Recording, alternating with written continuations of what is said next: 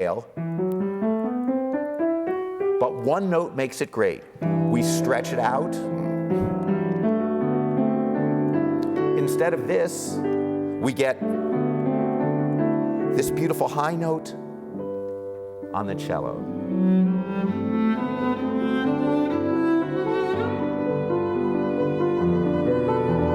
We go on a journey with this. We come back, we repeat the whole thing a second time, and there's a beautiful epilogue at the end telling us the message. Then for the first time, all of a sudden, the rippling waters stop. We know something important is being shared with us now. We journey with the piece's 3 ideas, and we finish with a simple scale, stretched out like this.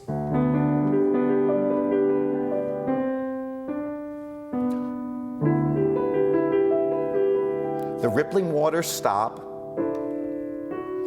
We've been wanting to resolve not up here, but down here, and for the first time, we resolve the piece on a single cello note without accompaniment.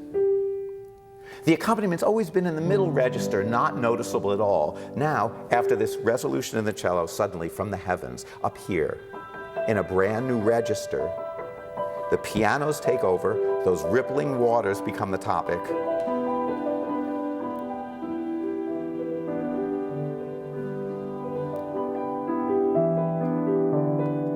And we finish with one last wave.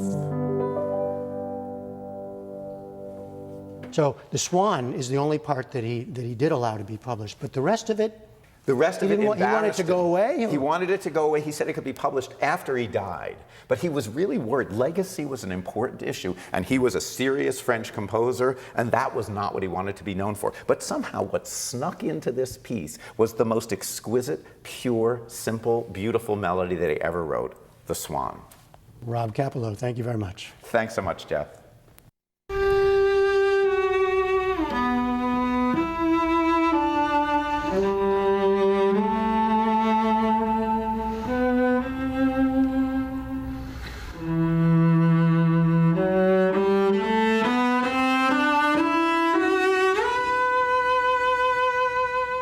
And later tonight on Frontline, a deep look into one of the United States' biggest foreign policy challenges, confronting ISIS. The film uses on-the-ground reporting and interviews with key leaders to try to unravel the multidimensional war that has the U.S. and Russia competing on the Mideast battlefield, particularly in Syria. Suddenly, boom, the Russians are bombing. Russian airstrikes have killed hundreds of civilians and caused massive destruction to residential areas. But the Russians were not bombing ISIS. Going for the question of exactly who is Russia targeting? What they said they were going to do was come in and fight ISIL and use their influence to move Assad aside and thereby end the civil war in Syria, which has been one of the causes of the whole fertile ground for ISIL. They didn't do either of those things. So they lied to you. Well, they certainly had a very different interpretation of combating ISIL. Frontline airs tonight on most PBS stations. On the NewsHour online right now, some years it's bittersweet, some years it's just bitter. But loving the Cubs has been a pastime for the NewsHour's Murray Jacobson since he was a boy. Now, with sons of his own, he has a new feeling this year. Read all about it on our website, pbs.org/newshour. And that's the NewsHour for tonight. On Wednesday, our Leading Edge series explores the surprising way Portland, Oregon discovered shocking levels of air pollution. I'm Hari Srinivasan. Join us online and again here tomorrow evening. For all of us at the PBS NewsHour, thank you and good night. Major funding for the PBS NewsHour has been provided by Lincoln Financial, committed to helping you take charge of your financial future. BNSF Railway, XQ Institute, the Ford Foundation, working with visionaries on the front lines of social change worldwide. Carnegie Corporation of New York, supporting innovations in education, democratic engagement, and the advancement of international peace and security at carnegie.org. and with the ongoing support of these individuals and institutions.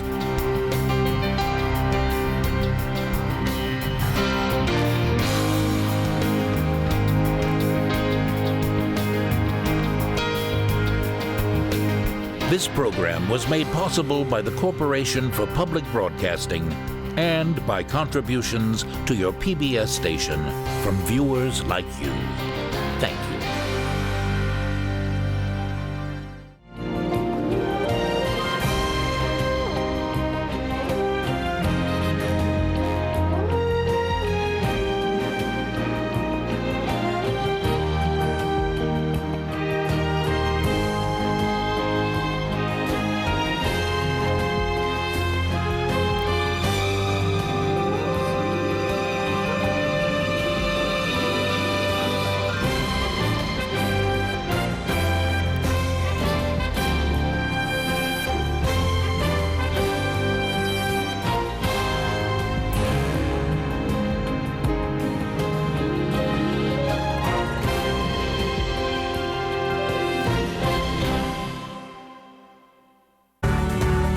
Election 2016 on PBS. Local telecast of the PBS NewsHour is provided in part by the New Mexico Humanities Council, seeking to understand who we were, who we are, and who we hope to be. The New Mexico Humanities Council, proud to support public and interpretive programs throughout New Mexico.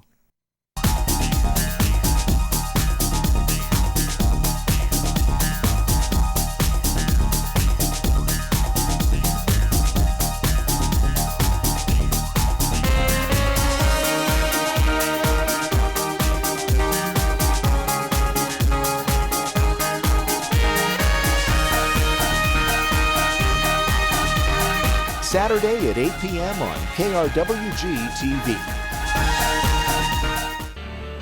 PBS NewsHour Weekend is kind of a natural next step. There's no shortage of news that's out there, but why do people come to us? To give them some context and analysis that they can't find somewhere else. Saturday at 6:30 p.m. on KRWG-TV. Each week on PBS, join Charlie Rose for a recap of the week's biggest stories with in-depth analysis and fresh perspectives. Enjoy lively interviews with top newsmakers. I'm asking.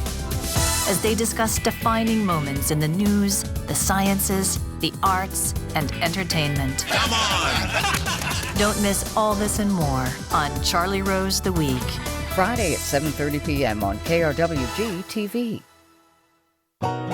At a time like this, we are called on to be reasoned, to listen, and to cut through the noise so that people can understand what's really at stake in this election.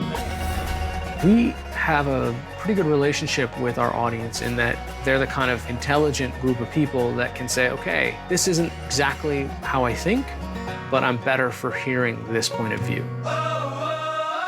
What you get on PBS, what you get on Frontline is in-depth, long-form coverage that you don't get anywhere else. We have a unique opportunity to have in-depth conversation, not just with candidates, but with advisors, with experts, with people who understand and know how to assess the political process. If we can understand what voters want to know and then distill that into coverage that people can count on, then we're doing our job. News and public affairs is still at the heart of our mission, and PBS is the place to come for that. Video from the KRWG News team, always online at krwg.org.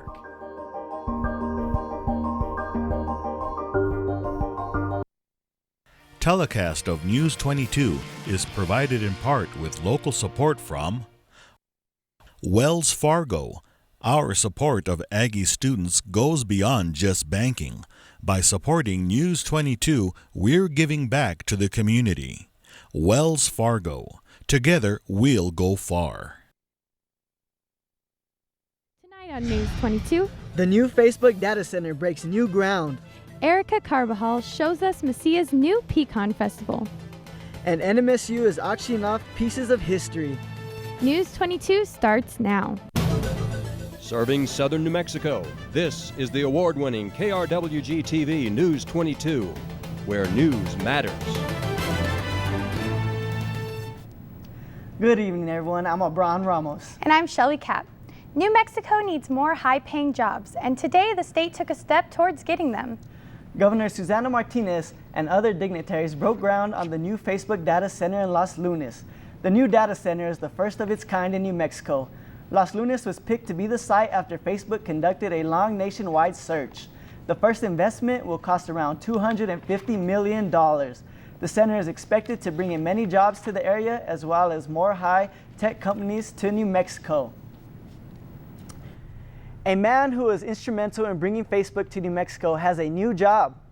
Governor Susana Martinez announced today Matt Geisel is her choice to be the state's new Secretary of Economic Development. Geisel replaces former cabinet member John Varela, who stepped down. Geisel previously served as Economic Development and Business Relations Manager for the city of Rio Rancho. Martinez calls Geisel a proven leader who will continue to spread the message that New Mexico is open for business. One of the most important economic crops for New Mexico is the pecan. And this past weekend, the village of Mesilla paid tribute to the nut. News 22's Erica Carbajal has more on the inaugural Pecan Festival. Maria Soto and her husband drove from El Paso to buy fresh pecans for her baking recipes. She says the festival is a great idea and it should happen every year. We came to have fun, to listen to the music, do some shopping, especially fresh pecans. Salopec Orchards gave free pecan samples and Galaxia Cafe gave out free coffee. Come in to volunteer today to really showcase what's best, because this is the first pecan festival we've had and we want to make sure that we put our best foot forward. So even as an owner, I'm coming down here today along with many other owners and other farmers to showcase what's greatest about Mesilla, which is what we make here locally. Pecan orchards are the highlight of the Mesilla Valley, but drought conditions have left farmers and the community in worry. Samantha Bustamante still has hope. Of course we do. We're always worried here in the desert about how a drought might affect our produce, but it's something that we're looking forward to in the future, coming up with different solutions. And they must come up with solutions. Pecan requires lots of water, and with the continuing drought and the growing demand of industry and people, there is only so much water to go around. Erica Carvajal, News 22. Thankfully, it seemed like the weather held out this weekend for that. It does. It definitely was some great weather. And Jessica is next with the first look at weather. Good evening, News 22. So your current weather right now, your skies are clear with a temperature of 81. Your winds are coming at 8 miles per hour from the southwest. Your humidity at 21%. Your dew point is at 42 degrees, and our barometer sits at 29.83 inches. Our high today was at 87 degrees.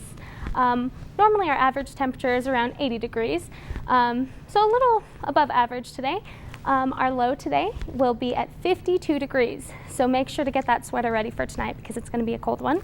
Our record temperature at our high temperature in 1996 was 92 degrees, and at 34 degrees in 1973 for our lowest record temperature.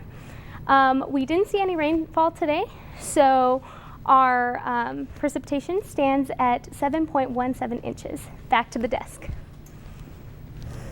It is that time of year when germs and sickness goes around. Yes, I'm talking about flu season, and the New Mexico Department of Health is urging you to get a flu shot. You can get vaccinated at many local stores like Walgreens, CVS pharmacies, Walmart, and Albertsons. Many of these services are either free or are available for a very small fee. As well as you can contact your doctor and set up an appointment.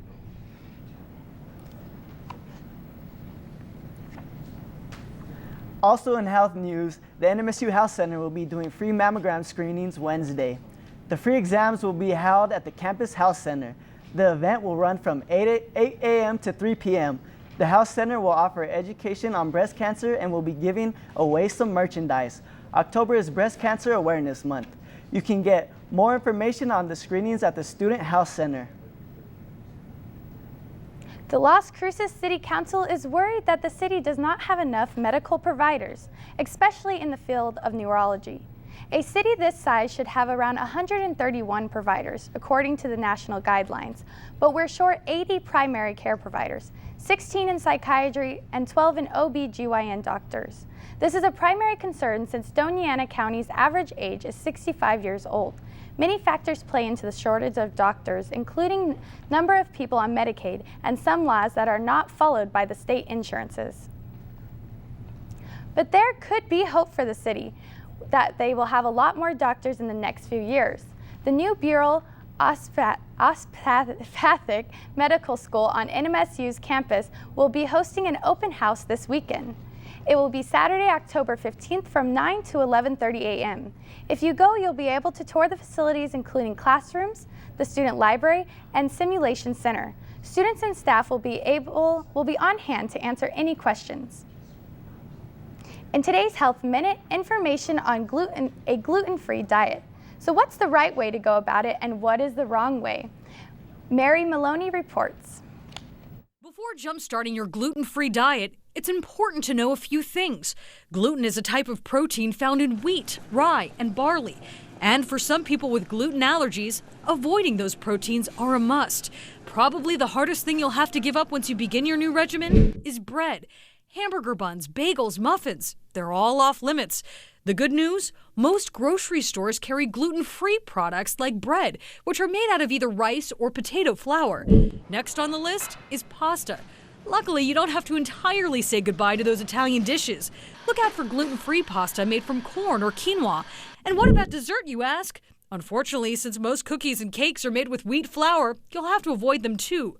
But if you have a sweet tooth, most hard candies are gluten-free. And when it comes to alcohol, most beers are made with barley malt. So you'll want to skip the six-pack.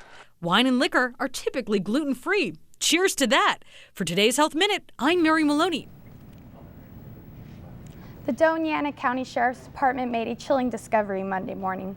The remains of a human were found on the 4500 block of Picacho.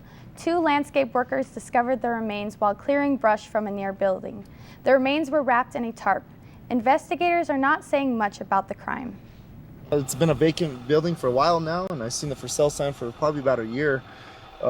These communities just south of this building, these communities and farmers have been here for many years, many generations and stuff like that. So to be so close to this is something. Information on the victim has not yet been released. That's a shame to hear that story. Yes, I know. Well, Jessica's back with our national forecast. And later we will look at the Pride Fest this past weekend. More on that when News 22 continues.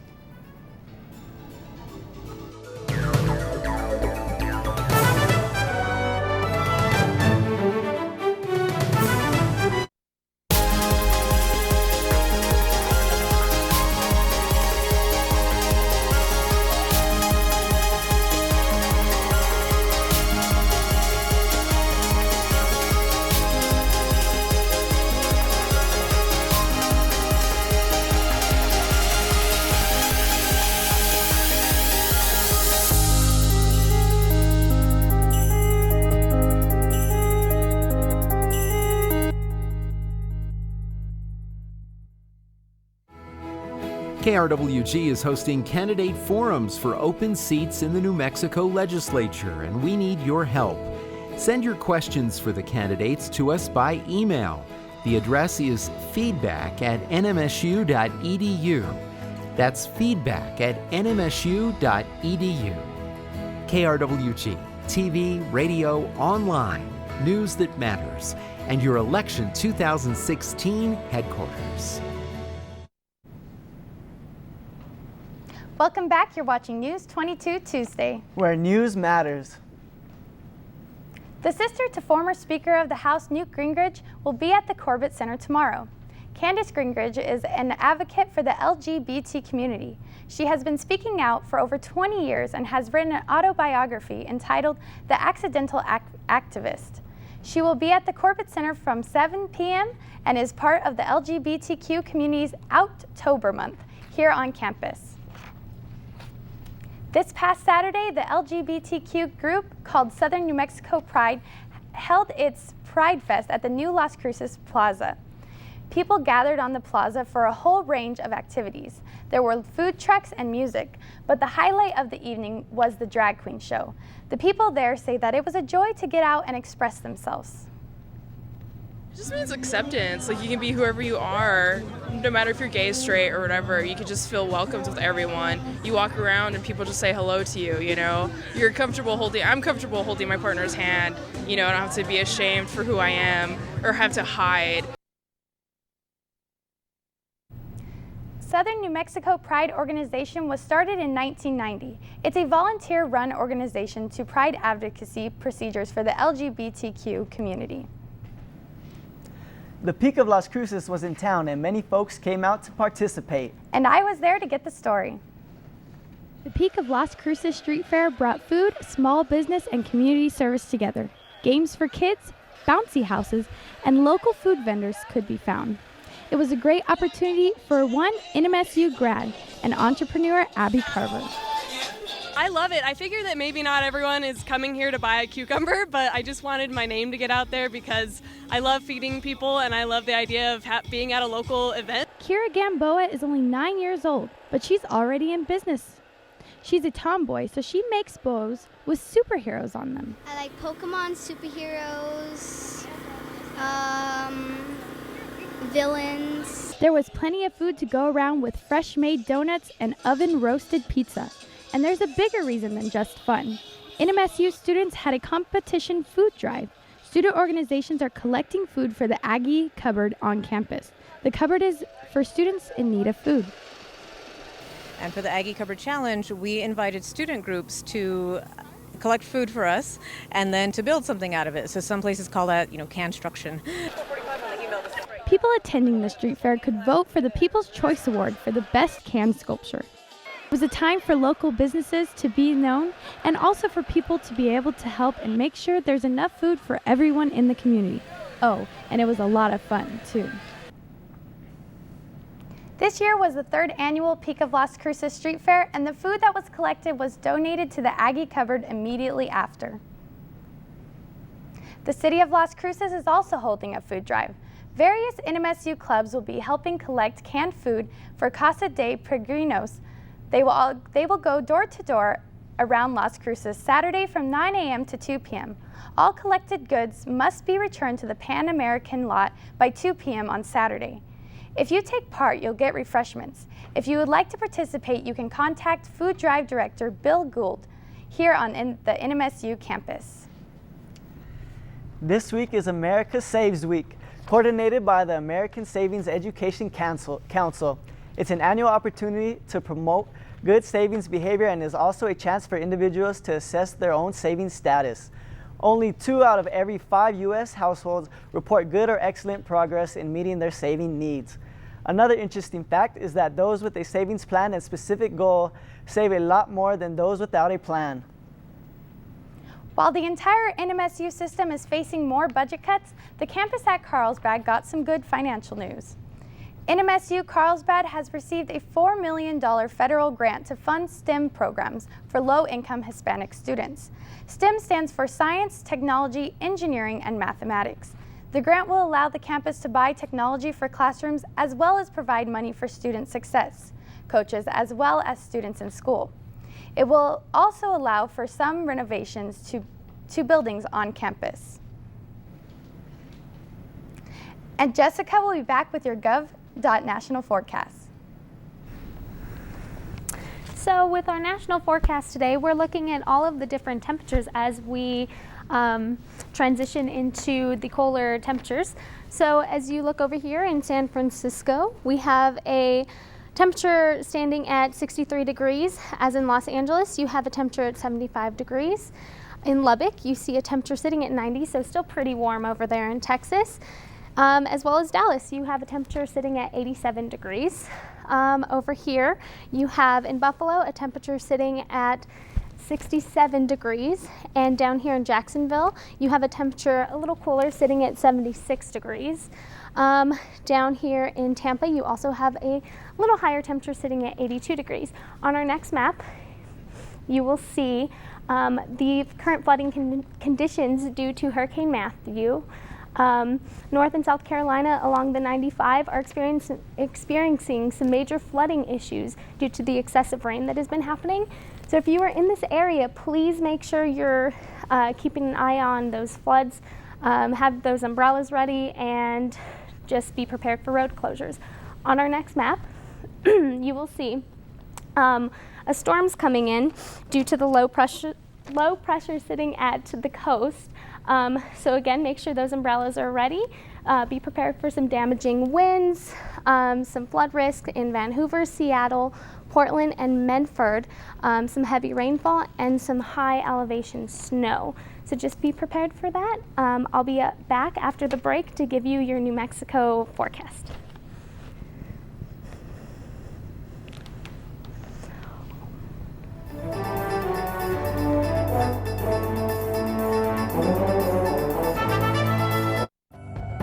A lot can happen in a day. So when you're ready to know more than just what's happening, we'll bring you the voices who can tell you why. This is All Things Considered. Listen every afternoon. Nothing in the world is like a hummingbird.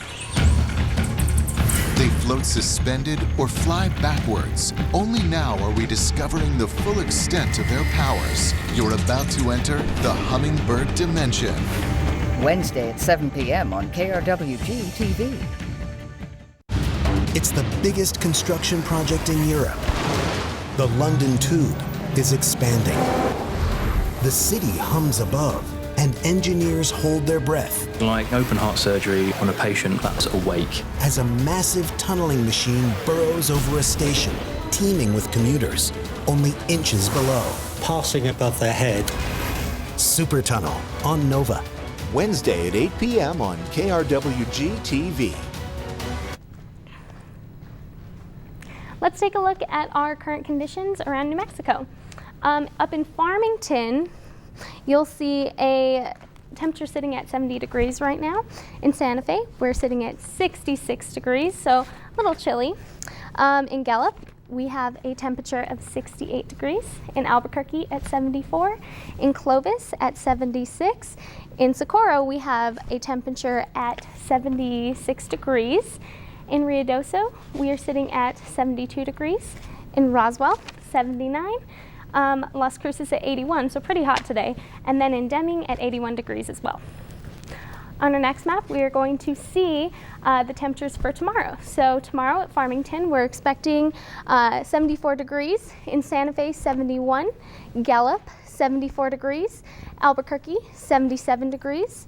Clovis at 73 degrees. Socorro at 81 degrees. Ruidoso at 73. Roswell at 87, Las Cruces at 87 as well, so you can still keep those shorts out a little longer. And then Deming at 87 degrees. Let's take a look at our sistering neighborhoods. So in Alamogordo, tonight expect partly cloudy,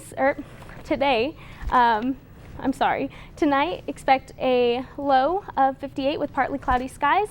Tomorrow you can expect some warm weather at 86 degrees with some partly cloudy skies as well. In TRC, tonight you can expect a low of 55 degrees, clear skies, so nice starry night. Tomorrow you can expect a high of 86 with partly cloudy skies. In Silver City, expect clear skies as well with a low of 45. Tomorrow a high of 78 with some partly cloudy skies. And in Las Cruces for tonight, it's going to be a little chilly, sitting at 52 degrees with clear skies. And then tomorrow a high of 87 degrees with partly cloudy skies. I'm throwing it back to the desk. I'll be back with your 5-day forecast. Thank you, Jessica. A shelter was put in place in an oil refinery in California. That's the first story in tonight's Southwest Minute. The city of Torrance, California is under a shelter-in-place order after flames are spotted coming from an oil refinery. More than 100,000 people are without power. The city sent out an emergency notification warning for people to shut out all doors and windows and to turn off air conditioners. No word yet on what actually happened. Nevada state lawmakers are doing their best to get the Oakland Raiders to move to Vegas. They held a special session Monday to increase hotel taxes to pay for a football stadium. The Raiders have expressed interest in calling Las Vegas home, provided a new stadium be built. Blue Bell is expanding its voluntary recall of ice cream products with cookie dough due to health concerns. Yesterday, Blue Bell announced the expanded recall includes all ice cream with cookie dough. The supplier says the cookie dough was contaminated because of lapses in their food safety. I'm Jackie Lueta with the Southwest Minute. A New Mexico State University piece of history is up for auction. The portable parquet floor is currently being auctioned off. The Pan American basketball floor went for bid on September 29th. The bidding will continue through 10 p.m. on Thursday. Bids that have been made for the memorial floor do not amount up to the priceless memories that have transpires upon that very floor. Athletics Director Mario Mosia says that the floor will not go for that cheap. The university put a down minimum of $5,000 asking price. So there's a big story going on here in Las Cruces concerning high school football. Oh, really? Well, I'm sure Bryce knows about that. So Bryce Rewalt is up next with sports. Thanks, guys. Coming up in sports, there's breaking news with the Las Cruces High School football team, and we'll have more on that later. Don't change to Game 4 just yet. NEWS22 Sports is next.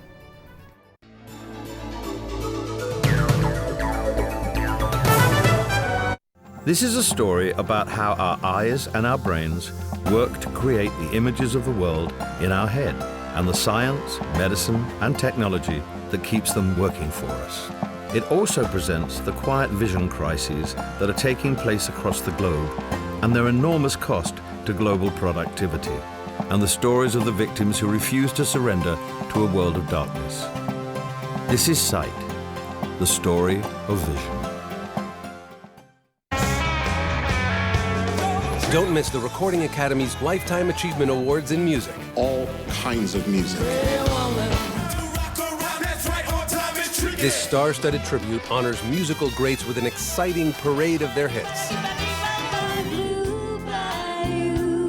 Look for our amazing Grammy salute to music legends on Great Performances. Friday at 8 p.m. on KRWG-TV. This is KRWG-TV NEWS22 Sports. Welcome back. I'm Bryce Rewalt, and let's fly into sports. Prep football is well underway, and while some teams are headed towards the end zones, others are fumbling the ball. The Oñate football team had to forfeit 4 of its 5 wins this season due to ineligible player. It was announced by the NMAA yesterday morning. The Knights were 5-2 this season, but now their record will stand at 1-6 due to the forfeits. The case is still under investigation, and the name of the student athlete will not be released. And NEWS22 sports reporter Blas Maestas was able to speak to Las Cruces Public Schools Athletic Director Ernest Viramontes about this issue. The administration at the school site that the kid has transferred to will collect all the information, and then we petition to the NMA, give them all the information we need to give them. And then the NMA, based on the information they receive, will rule and say he's ineligible for varsity or sub-varsity or whatever for a year, for whatever. And then we stay on top of that with and each individual case is so different. The Aggie football team is coming off of their bye week, and not to mention, they are also undefeated at home this season. They are headed to the land of the potatoes this weekend as they take on Idaho. And in this week's edition of Blas's Coach's Corner, we were able to catch up with Coach Doug Martin on this week's matchup. Yeah, we're got a big game for us, exciting game, another conference game. A couple of things that we're talking to the players about. Number one, we haven't won at Idaho since 2002. Number two, we haven't won a road game this year. We've got to learn how to travel and go to somebody else's backyard and win a football game. And number three, we're treating all these conference games as one-game championships. And so this is a championship game in our mind for the Sun Belt with us in Idaho, and that's what our players have bought into. We had a great practice week during the week off, one of the more competitive weeks we've had, which was a good sign. We were able to get a lot of guys healthy and freshened up. Larry Rose, we were able to work with him a little bit more on conditioning, so hopefully he can play more and more as we go. A couple of guys got healed up for us. We won't have Royce Caldwell still. He's still healing up from the fractured leg, but most of the other guys will be ready to play, so look forward to a great game. And tonight's play of the day is brought to you by last night's Game 3 of the NLDS. Check out this play. That being Montgomery. Posey into the right field corner. Almora lays out and makes the catch. Throwback into first will double off Belt, and this one's headed to extra innings. A brilliant play by Albert Almora. To the 10th. Still a 5-5 tie. And that's all for sports tonight. Join us tomorrow for more sports action. Still ahead on News 22, Jessica will be back to take a look at your 5-day forecast. But first, a new candle that brings home the Apple Store.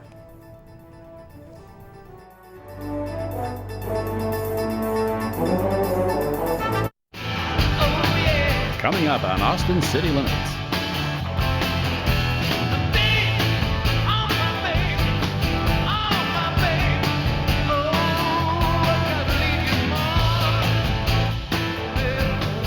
Saturday at 9 p.m. on KRWG TV.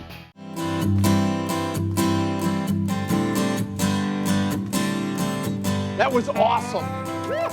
That was like one of the coolest things I've ever done. Do you see yourself as a craftsman or as an artist? The artistic is a vision, and craftsmanship is an implementation.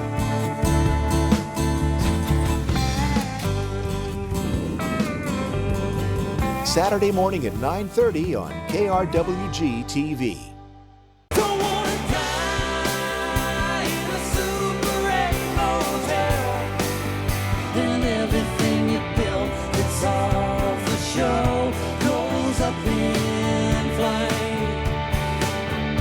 Saturday at 11 p.m. on KRWG TV.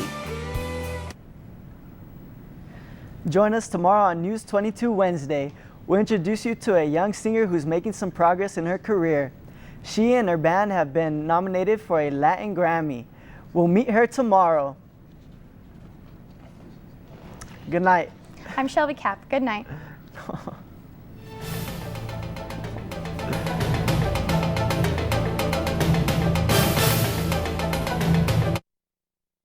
Telecast of News 22 is provided in part with local support from Wells Fargo,